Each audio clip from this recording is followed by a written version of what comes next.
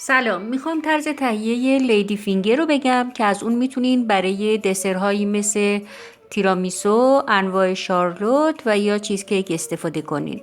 3 عدد زرده تخم مرغ دارم به اضافه 70 گرم شکر. نصفی از این شکر رو روی زرده ها میریزم. 1/4 قاشق چایخوری وانیل دارم.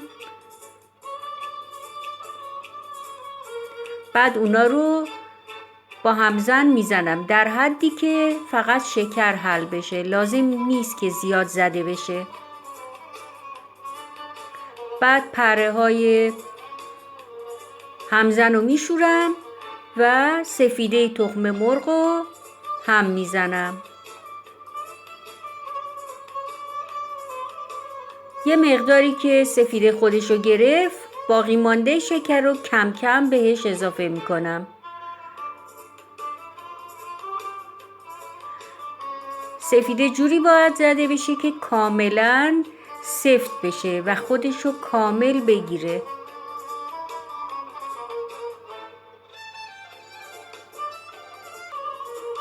جوری باید سفیده خودش رو بگیره که وقتی که اونو برمیگردونیم از کاسه نریزه. بعد زرده رو به سفیده اضافه میکنم و به صورت دورانی اونو هم میزنم تا با هم مخلوط بشن.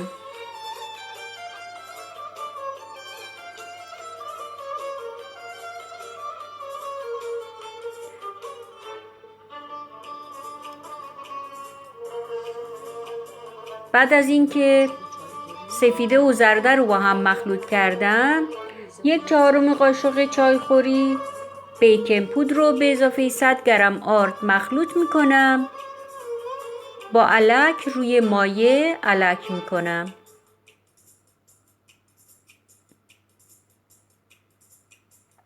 این کار رو کم کم انجام بدین تا آرد به خوبی مخلوط بشه و گلوله ای از آرد توی مایه باقی نمونه. فقط یادتون باشه که به صورت دورانی باشه. در حقیقت مایه لیدی فینگر مثل کیک اسفنجیه. فقط نیاز به تخم مرغ، شکر، آرد، بیکینگ پودر و وانیل داره. بعد اونو توی قیف یک بار مصرف میریزم.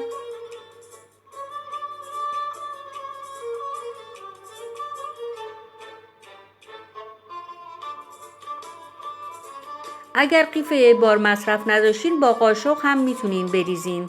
خیلی ظریف با یک قاشق کوچیک. بعد سر اونو به اندازه‌ای که نیاز دارم برش میزنم و اونو توی سینی فر که قبلا کاغذ روغنی توش پهن کردم به این شکلی که میبینین کشیده و بلند قیف میزنم.